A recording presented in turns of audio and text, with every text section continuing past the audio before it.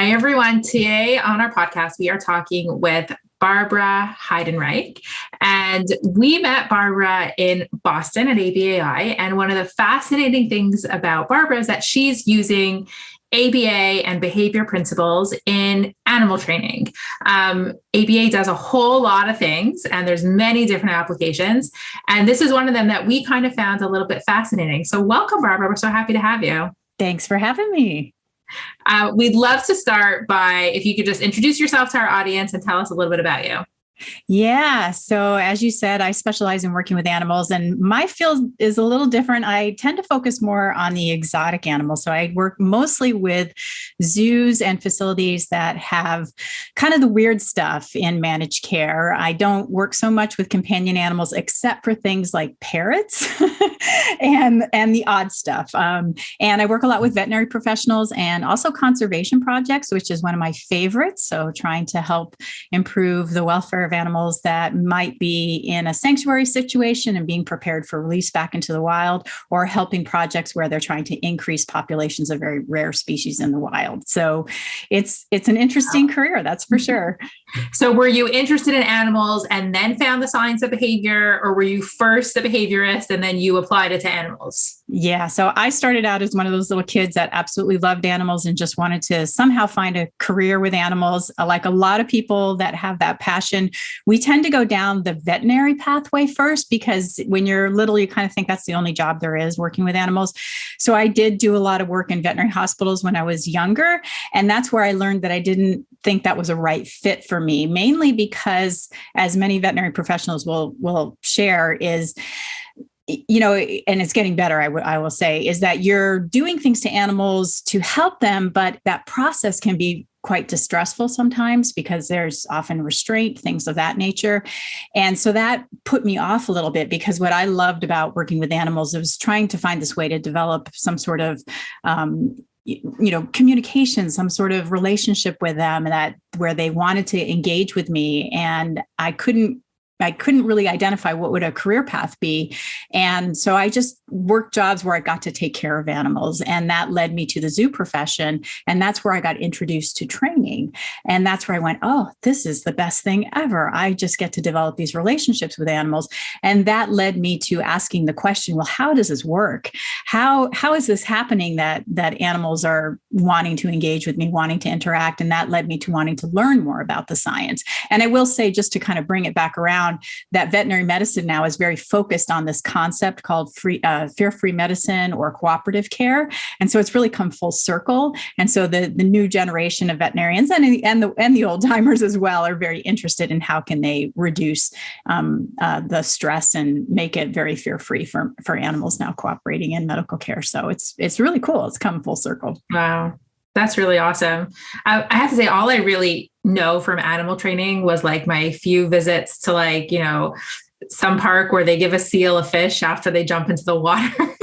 Yeah. I mean, is that what it is? Like, can you tell us more about how you use behavior principles to train these animals? Well, and that's a really good point that you mentioned that, because I would say a lot of us kind of started out that way. And I myself started out really learning about training by participating in educational presentations like that. My foot in the door was really being a part of these free flight educational bird training demonstrations. And so there was, a little bit of entertainment and a lot of education. Kind of the entertainment sort of gets people's foot in the door because they want to have a good time when they're going to a facility like that. But then you're also trying to slip in conservation education, get people excited about wildlife, and hopefully building some caring and compassion and wanting to conserve animals out in the wild. And I will say, zoo professionals, they're all in it because they care about animals and wildlife. But there is that part of it where it's like, okay, so an animal does something and we're going to give them some appetitive of some sort, whether it's a belly rub or their favorite food items, things of that nature. So you kind of learn that basic building block, and we're building a lot of behaviors through shaping procedures. But for me, as an animal training consultant, it started to become more complex. It wasn't quite so simple as that. So I'm brought in a lot of times to solve behavior problems as well as teach basics of training type of thing. And so as they get more complex, I'm sure similar to what what you all deal with, you start finding, well, it's not so simple as that. You can't just, toss a cookie here and there. Cookie and all problems are solved. Yeah. That doesn't make sense, and you start having to look at things like, okay, well, what's going on in this environment here? And what are functional reinforcers? And what led up to this problem here? And what are all the different contingencies that are contributing? And so you can't, it's never quite that simple. And so that's what really started inspiring my journey to really become much more educated on the science and becoming much more, and it leads to obviously not just the science, but the practical application, being able to apply that in these different environments. And of course, with a multitude of species that all have different ethology that you have to take into consideration as well. I find what you do so fascinating. And, part of the reason is because animals are fascinating creatures, but also because ABA, when I was in school, it was always about, well, ABA autism. But, what we really learn in school is that ABA is a science, and it's not just about autism. It can be applied to so many different things. And I never learned about animal training when I was in school, but I did learn about organizational behavior management and actually almost went that route in terms of ABA in businesses. But just hearing the application to so many different things, I'm fascinated by, ABA and animal training. I'm also fascinated by ABA and fitness and different applications to ABA. So I could seriously listen to you talk forever. And when you say, oh, well, I'm not just called in because, I need to give a seal a fish, but I'm called in because I have to, solve behavioral issues, or I have to look at personal welfare, et cetera, I go, wow, we're very similar because we do those similar things. It's the field of ABA. And, it just reminds me that, hey, maybe I am qualified to, be an animal trainer. You have a future. You do. I do have animal training. Yes. So we get called in very often because, a child might be hitting or, having a tantrum or having a meltdown. Tell us about some of the behaviors you might get called in, and what does that look like with an animal? Yeah. Well, I do have some interesting stories. I think one that is a popular one that I got to deal with that was fun because it was also conservation related, and it also had media attention. So there is a very rare bird called a kakapo. It's a rare flightless nocturnal parrot that's in New Zealand. And if anybody wants to look up the viral video, it's called Shagged by a Rare Parrot. And it was on a TV show called Last Chance to See, where Stephen Fry and a zoologist named Mark Carradine were going around the world looking at all these rare animals that were disappearing. And so they went to see this parrot named Sirocco, who's out on these islands protected by the Department of Conservation. And as they were visiting with this bird, he tried to mate with Mark Carradine's head. And so that video went viral. and so while it was very funny and it brought a lot of attention to the conservation project, because there's literally less than 200 of these birds at all in the entire world. And they live on these islands. And so, you can't go see them in a zoo or anything like that. They're just on these islands protected by the government. And the video was funny, brought a lot of attention to the project, brought in financial support, things of that nature. But the problem with Sirocco mating with people's heads was actually quite serious, because what was happening is on the islands, he was actually ambushing people to mate with their heads, the people that were volunteering or working on the project, the rangers. And they're a very large bird. So think of like a large rooster that's attacking somebody and relentless about it. And you can't put him in an enclosure or anything. He lives free roaming on the island. And so somebody was actually dislocated his leg trying to get him to stop. So it was actually a very serious problem. And, you've got a rare bird doing this, and he's getting hurt, because people can't get him to stop. So I had gone down to New Zealand for other things, but I connected with these people because I was so crazy about kakapo. I just think they're amazing, and I just wanted to offer my services to say, hey, I'm happy to help you in whatever way I can, whether it's just bringing attention to your project. And they said, well, I bet you $5 you can't fix that problem. And I said, if you'll let me take that bet, I'll come back and help you with that. So I did come back and worked with them, and And we came up with a really cool solution. So, basically the reinforcer is the opportunity to mate with somebody's head. So basically what we did is we would have to go out and work with him at night. He's roaming free on this big island. They wear a transmitter so that they can locate them. So we would hike around the island with our receiver. We'd get a signal on him. And then we'd just hang out on the pathway and we'd talk really loudly because he was hand raised when he was a chick because he had a health issue. And so he does kind of have an affinity for people, and he would come tumbling out of the bushes and he would find us and he would hang out with us. And when we would see the little precursors to the fact that he wanted to mate, we basically we had trained him to do a few simple behaviors. And so we would basically redirect his attention. We'd ask him to do a behavior called targeting, which is basically orient a body part towards something. We'd ask him to target, and then we would offer him a croc shoe, and I'll explain why a croc shoe in just a minute. And then he would mate with the shoe instead of somebody's head. And so we were able to basically say, okay, you do this behavior when we see those little precursors to the wanting to climb up to somebody's head, and you'll still get the reinforcer you want, but it's just directed to something else. And the reason it's the shoe, and we were able to transfer that behavior so easily to the shoe, is because when they're chicks, they're ground, like I said, they're ground dwelling. They don't fly.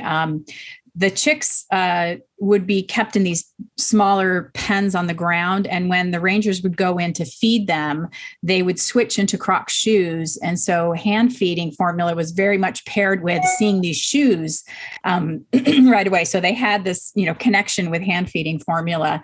And so it's very muddy in New Zealand. And the rangers would often change into croc shoes and leave their shoes on the porches of their houses. And so he had a reputation for stealing the croc shoes. So we kind of thought maybe it would be a possibility. And so conditioned stimulus. Yeah, exactly. And so it worked. And so that was one. That's a weird story, but it's a fun one. Wow. So you did a functional assessment with a replacement behavior that was, more functionally appropriate than someone's head. Yeah. That's awesome. And it was a conservation project, so it was a fun one. Yeah. Wow. How do you find like the animal world? Are they receptive to someone that's coming in with these, behavior change strategies? Like what is the attitude of someone like you coming in to support them? Well, I mean, I'm usually contacted, similar to, I'm sure, you guys, when somebody needs help, so I don't have to, impart myself on somebody. They're usually contacting me because they're looking for guidance and assistance. And so they're pretty receptive. And I think I think a lot of people have experienced, if you can make the material accessible and deliver it in a way that is understandable, people are open and receptive to it. I don't come in there and try to throw out a lot of terminology that I've been learning over the years. And again, I started out like the people I'm working with. I started out as a zoo professional. And so I have experience doing the work that they've done. And I think that also helps make it easy for them.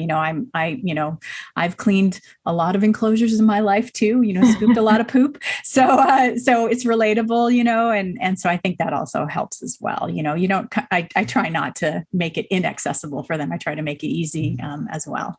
It's nice starting off on equal ground. I mean, same thing with Shira and I, right? We started off, as I call it, in the trenches, right? We started off as ABA therapists with students with autism, Shira also being a teacher, so that we have that, not so we have the respect, but that's how we built up. And now when we're going out and offering approaches, we're not offering approaches because we read them in a textbook. We're offering approaches because we've practically applied them.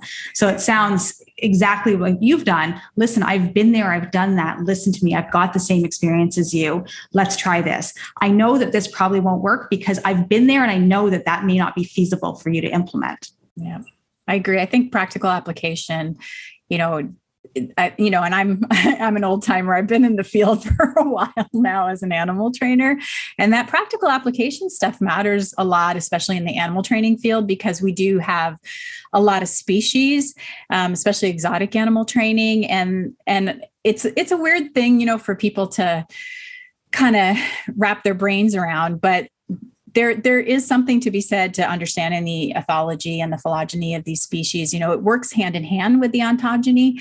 And so that is one of the unique things about the animal training field. So when I'm working, especially with the zoo professionals, I'm learning a lot from the person right next to me. And I'm sure you have that as well with your individuals. You're asking a lot of questions about the individual that you're getting to know.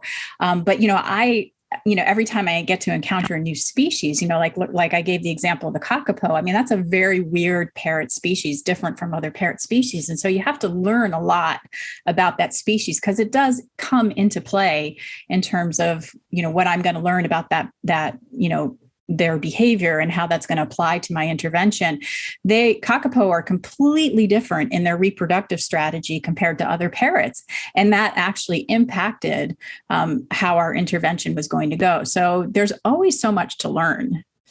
Wow. It sounds like you've been doing a lot of a vast majority of different things with different animals. What work has been the most meaningful for you? It's definitely the conservation work that I think, again, for me, has the most impact. I also got to work a number of years in Indonesia with orangutans and an orangutan conservation project where these are animals that are displaced due to the palm oil farming. And so these animals come into the sanctuary, and if they can, they rehabilitate them and release them back into the wild, into places where the land is protected. And so that was an incredible experience. It was in partnership with the Oregon Zoo.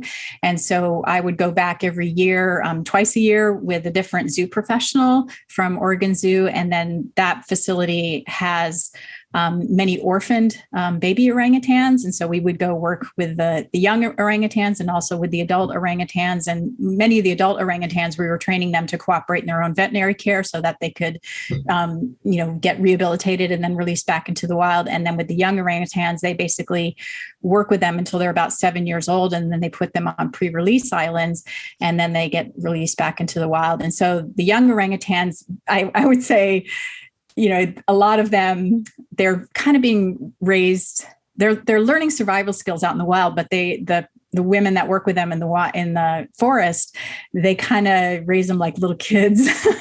And so there can be behavioral challenges. And so a lot of that was, teaching the orangutans to, come back into the, from the forest and go into their holding places at night, or, to, not take things, grab things out of their hands, or, there was, sometimes aggressive responses, things of that nature. So it was, how to, address things like that. And so because the longer they can stay in forest school, the more likely they'll be able to be released back into the wild. So all that kind of stuff just makes you feel like you're contributing to something that's so much bigger than you, and, and saving a species. So that's really awesome. Amazing. I'd love to come on the next trip to Indonesia and work with the orangutan. That'd be so cool. It's pretty cool. Are there any animals that you won't work with, like that are either too dangerous, or, that maybe these behavior change principles just aren't as effective? Gosh, that's a great question. I haven't been, it's not so much about the animals. I think more like you guys have pointed out, in these situations that, there's an OBM quality to all this. You're always working with people as well, because your goal isn't, I can't train everything. The goal is to really impart this information on the caregivers so that they implement the procedure. So I think the greater challenge isn't so much the animal. It's more, does the facility and the people have the infrastructure to keep things going? Are they going to implement what you're sharing? And have you done what you can to make it continue to move forward?